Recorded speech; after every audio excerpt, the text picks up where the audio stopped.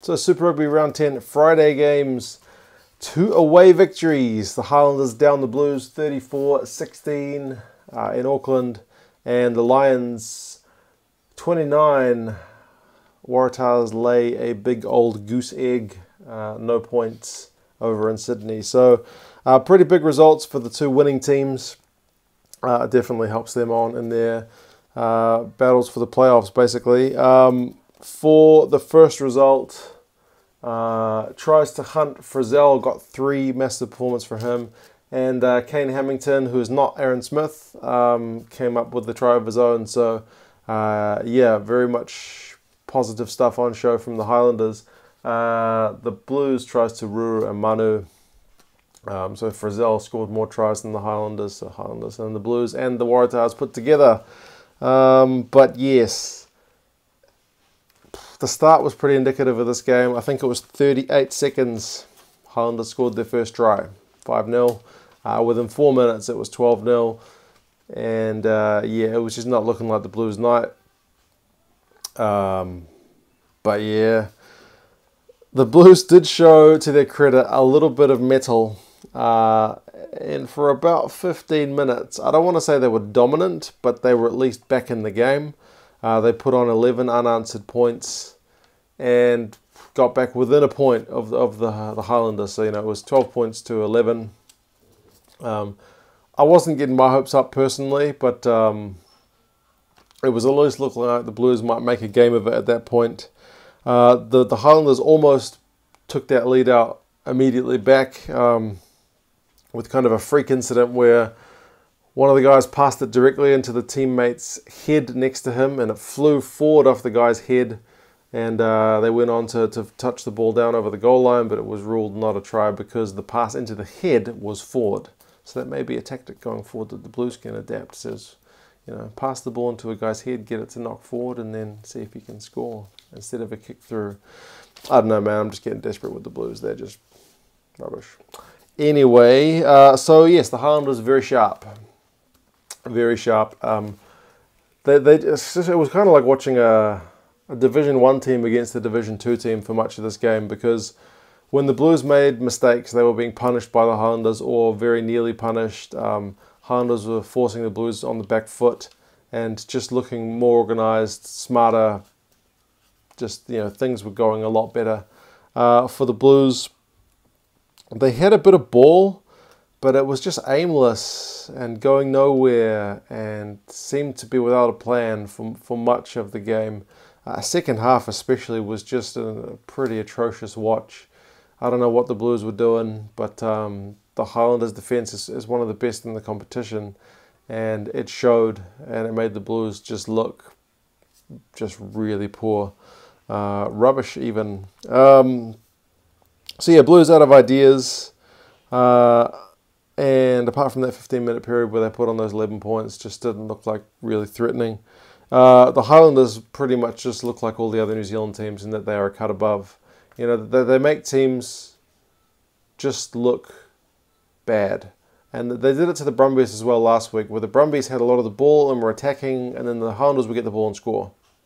There was a similar incident with the Blues. Like they went close, and then within a couple of minutes, the Highlanders were down the other end, dotting the ball down. So it's just that the level above that they are at the minute.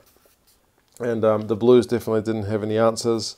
Although I will say, like right towards the end of the game, after about 70 minutes, the Blues looked like it was kind of like I wrote, like a nothing to lose kind of offload set of plays. That they just didn't care anymore because the game was gone. So they just started doing stupid offloads, and a lot of them were sticking, and they actually had the Highlanders' defence on the back foot for a little bit.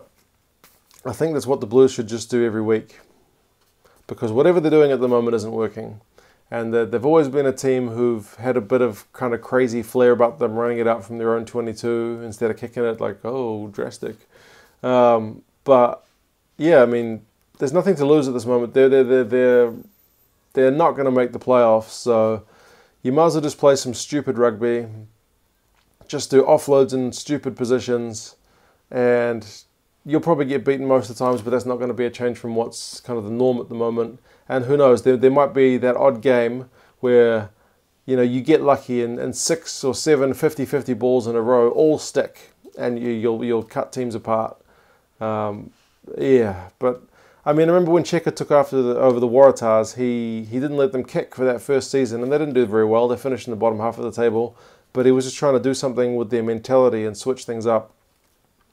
Couldn't hurt with the Blues because, as I said, the formula right now is a joke. So let them be stupid, let them have some fun, play with no pressure, and who knows, they might get a result or two. Can't get any worse. Highlanders, man. Bonus point win. Sharp. Smart. Keeping up with the other New Zealand teams. Like, they've always been that game behind. They've been fourth in the conference, not because of lack of skill, just because, you know, they're a game behind in terms of they've had 2 byes. So much needed for them just to keep their foot in the door for the New Zealand conference. And yeah, they did what the Chiefs couldn't do, and that they got a bonus point win. So yeah, that's kudos to them for that. Blues go on to face the Jaguares at home. It'll be an interesting one with the Jaguares being on their 3rd game of tour after playing a couple of games in Oz. And the Highlanders start their tour of South Africa with a game against the Bulls. So much to play for there. Right, next game. Waratahs, no points. Hard to win if you don't get any points. So a bit of a weird one in that the first game was such a quick try, 38 seconds, and this game didn't get any points until about 21 minutes. So both teams couldn't make anything stick at the start of the game. Like the final ball or just like the building phases, it just wasn't working. They were making mistakes in all kinds of ways, dropping the ball, not finding touch, poor kicks, turnovers, you know, it just wasn't happening for either team, and it was just a lot of back and forward. Yeah, my son's screaming because he was finding it a hard watch as well to start with, although it was, I'm not saying compelling viewing, but it was just interesting to see kind of who's going to break the deadlock. And it was the Lions, so yeah, that I was going to say that the first kind of real interesting moment was Lionel Mapu caught Bryce Hegarty in the air. Like, it wasn't a tackle on there, he just caught him. Put him down safely because he's not that heavy. But if it had been Israel Folau, that might have been a bit more difficult for him. That was just one of the more interesting moments of the start of the game. I put that the ref, I don't like talking about refs, you'll see me do it pretty seldom on the channel, but a few kind of dodgy calls. For the Lions, like at one point, Tambwe, I kind of kicked the ball through, and Newsom pretty visibly changed his line to block him so he couldn't run through, and just like, oh, just let that play, that's fine. For the Waratahs, Quokka Smith's try, the second try, like I'm pretty sure he lost that forward, or at least he lost control of it in the process of scoring. It looked pretty dodgy. But the ref didn't call it back. I guess he can't see that massive big screen at Allianz Stadium. I mean, Michael Hooper needed to do a Ben Smith at that point. You guys will remember start of the season, Highlanders played the Crusaders. Crusaders scored a try. Ben Smith went out and blocked the conversion and had a yarn with the ref and eventually got him to look at the TMO, and TMO called the try back. So, yeah, Michael Hooper needed to do that at this moment, but didn't. I guess they've threatened more sanctions, because I know after the Ben Smith incident, Sanzar said they're going to crack down on that kind of thing. Maybe he was worried about that, but that was the try that kind of put a bit more buffer for the Lions out. So I would have thought Michael Hooper should have been up in the ref's ear about that one. But yeah, Tars scrum held early, but as the pressure went on with this game, momentum kept pushing towards the Lions. The scrum went likewise. Like, it was a talking point before the game, how well would the scrum kind of hold up for the Tars. Decent at first, but yeah, under pressure at the end, a few times penalised. Lions definitely better at the breakdown. A few turnovers. Malcolm Marks you can thank for some of those.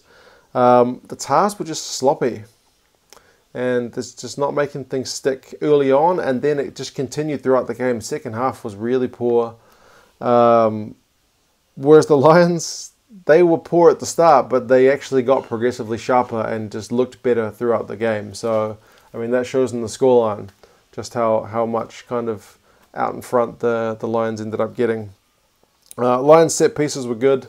I think they even stole one of the Tars kind of line-out balls, which has been fairly strong this season, the Tars line-out. But, their maul, their line-out, their scrum all looked very sharp, which is kind of a platform for them to score a few points. A bit of handbags at the end. I think that was largely due to the Waratahs' frustration as to not being able to really get into the game. But yeah, the Tars definitely looking like pretenders at the moment instead of contenders. Like they only had one loss before this game and were looking sharp and perhaps putting their hand up for later stages in the season. But with a performance like this, it's going to push them right back down in everyone's estimation, because this was a first kind of big title challenge for them and they failed it pretty badly. For the Lions, it's a great start to their tour. I don't think any South African team on tour picked up more than one win, so they've already equalled that, and if they can get a second one, it puts them just another step ahead in the South African conference, because they are just very far ahead. But yeah, Tars go on to a bye, a few work-ons after this week, definitely a few questions to be answered. And for the Lions, they go on to play the Reds, so they'll be looking at 2 from 2 in Australia. We will see how they go. What did you guys think of the games? Any particular talking points you thought of? Let me know in the comments, and yeah, I'll talk to you again for another one soon.